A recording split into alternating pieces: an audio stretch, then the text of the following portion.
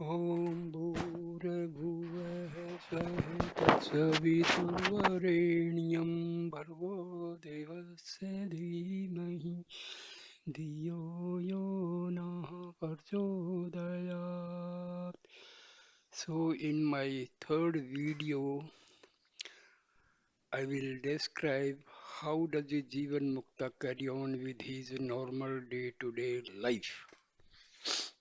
Normally, a Jivan Mukta in the fifth state of consciousness, that is Jnana Bhumika, remains half awake and half sleepy, while the one in the sixth stage remains as if asleep. They attend to their worldly duties only when reminded and awakened by other people around them. In the same manner as dictated by tradition, he is normally engaged in those minimum activities required for the bare sustenance of his body without being motivated by any desire, delusion, or grief, without exercising any choice or preference, and without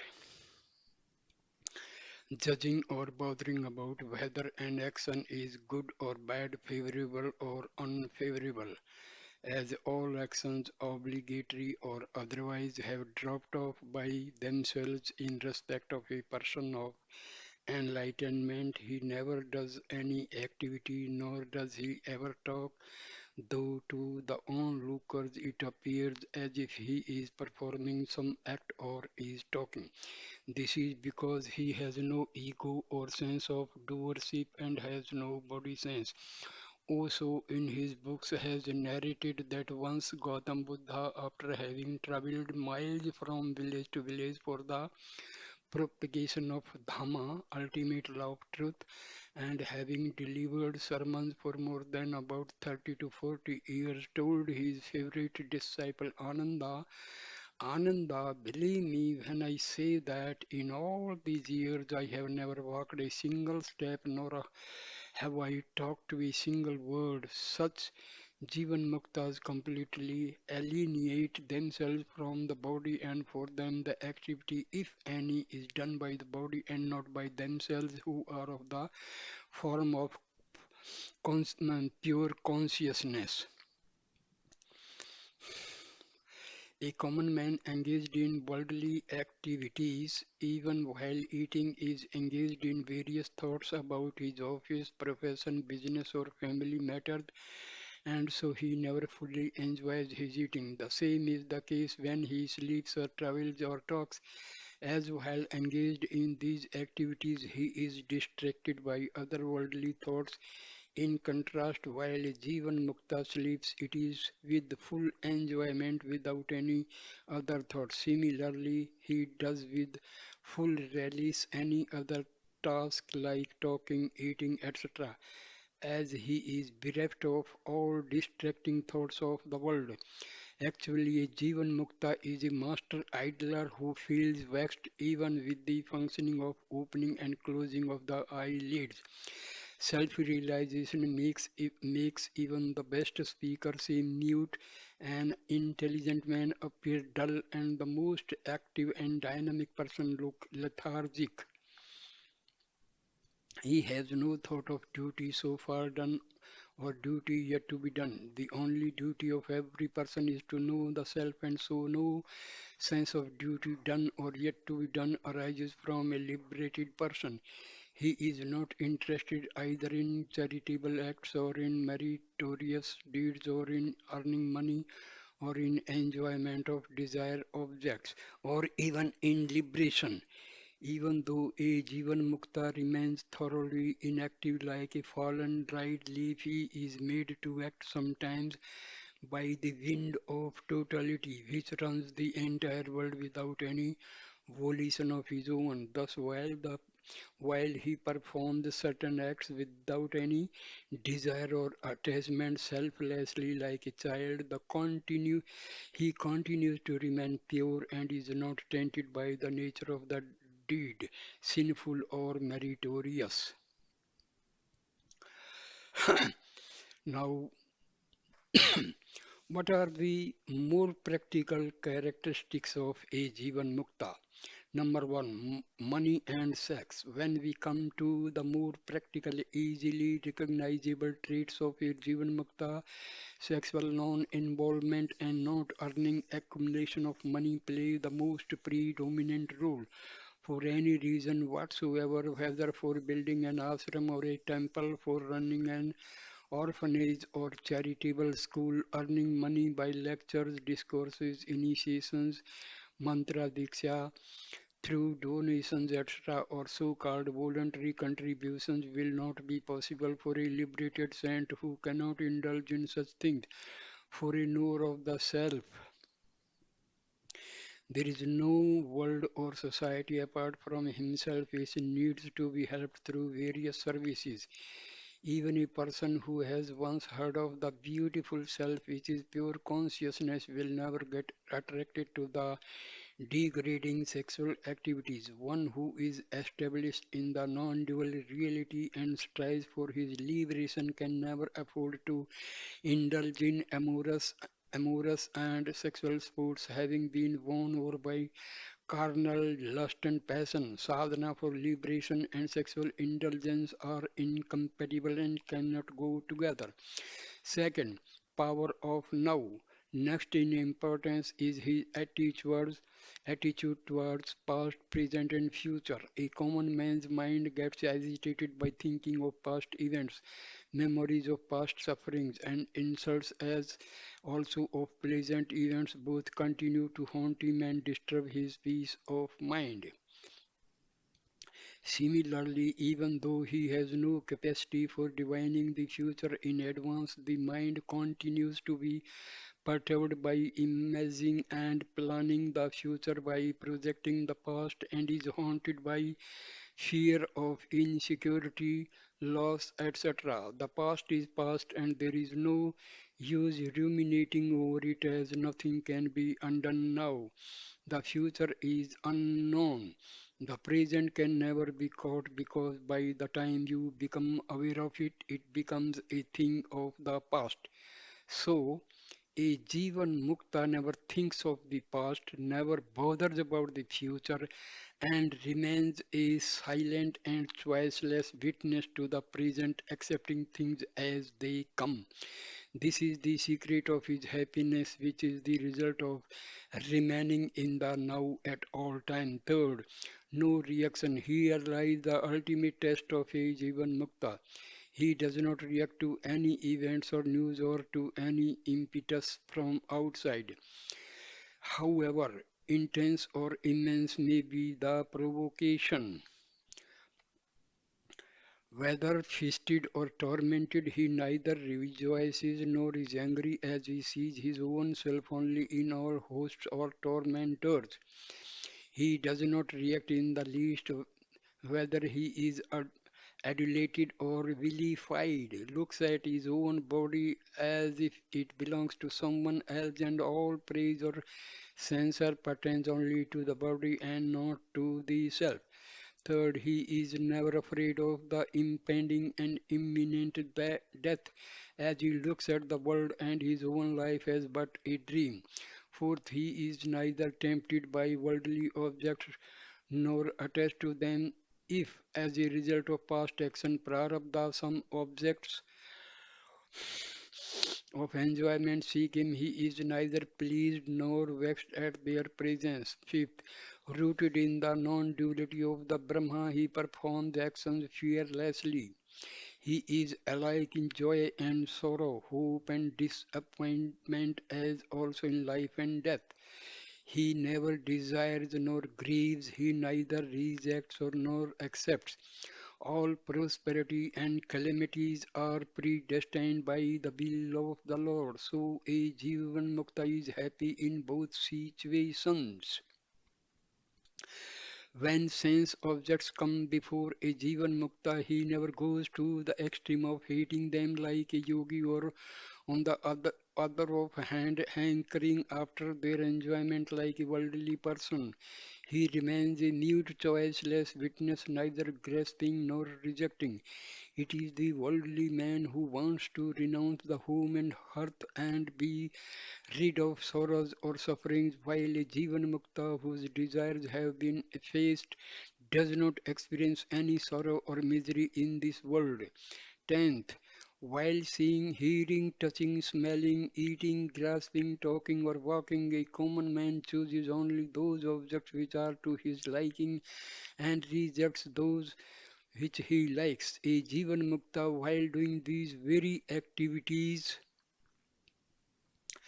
accepts whatever confronts him without exercising any choice based on his likes or dislikes. 11.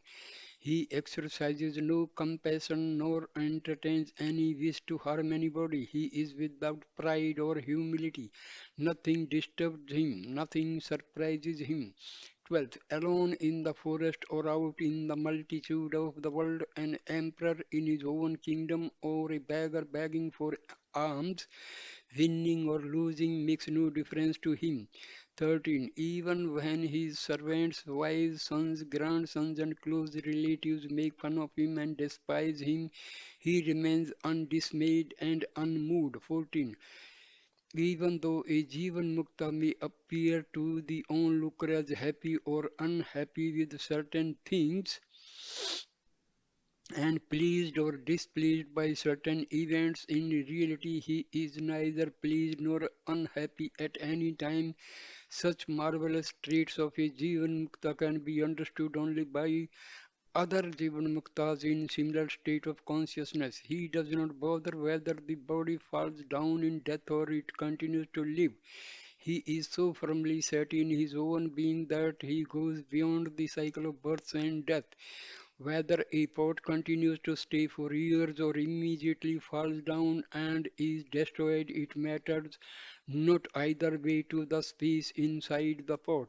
In conclusion, a Jivan Mukta is internally one with the entire world and undifferentiated. He is not bothered about conformity to any standard or words, opinion, or acceptance. He can behave as he wants, even though he has no cause to perform any act against universally accepted moral and ethnic principles. And there are no does and don'ts for him, no commands or prohibitions. Who can understand those people who act like lunatics, except perhaps those who are in an exactly similar state? He is empty both within and without, like an empty pitcher kept in the open. He is at the same time full plenary both inside and outside, like a jar kept submerged in the ocean and full of water. There is no coming or going for him to the other worlds. That is, there is no rebirth.